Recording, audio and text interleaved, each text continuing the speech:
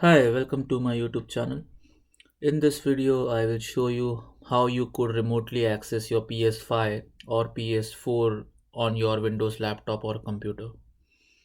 Firstly, go to your console settings, then go to Systems, open Remote Play and enable the Remote Play option. There's a toggle to enable it. Next, go to Power Savings, open features available in rest mode and activate stay connected to the internet and enable turning on PS5 from network. Once console settings are done, go to your Windows machine and download the PS5 remote play.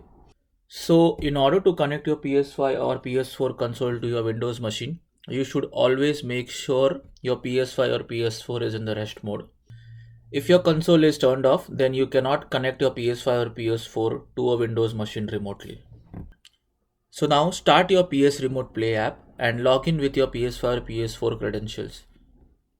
Next, you need to connect your controller to your computer or laptop using a USB cable. As you could see, I have done it. The last step is to hit this button to connect remotely to your console. So here you could see I can access my PS console on my Windows laptop.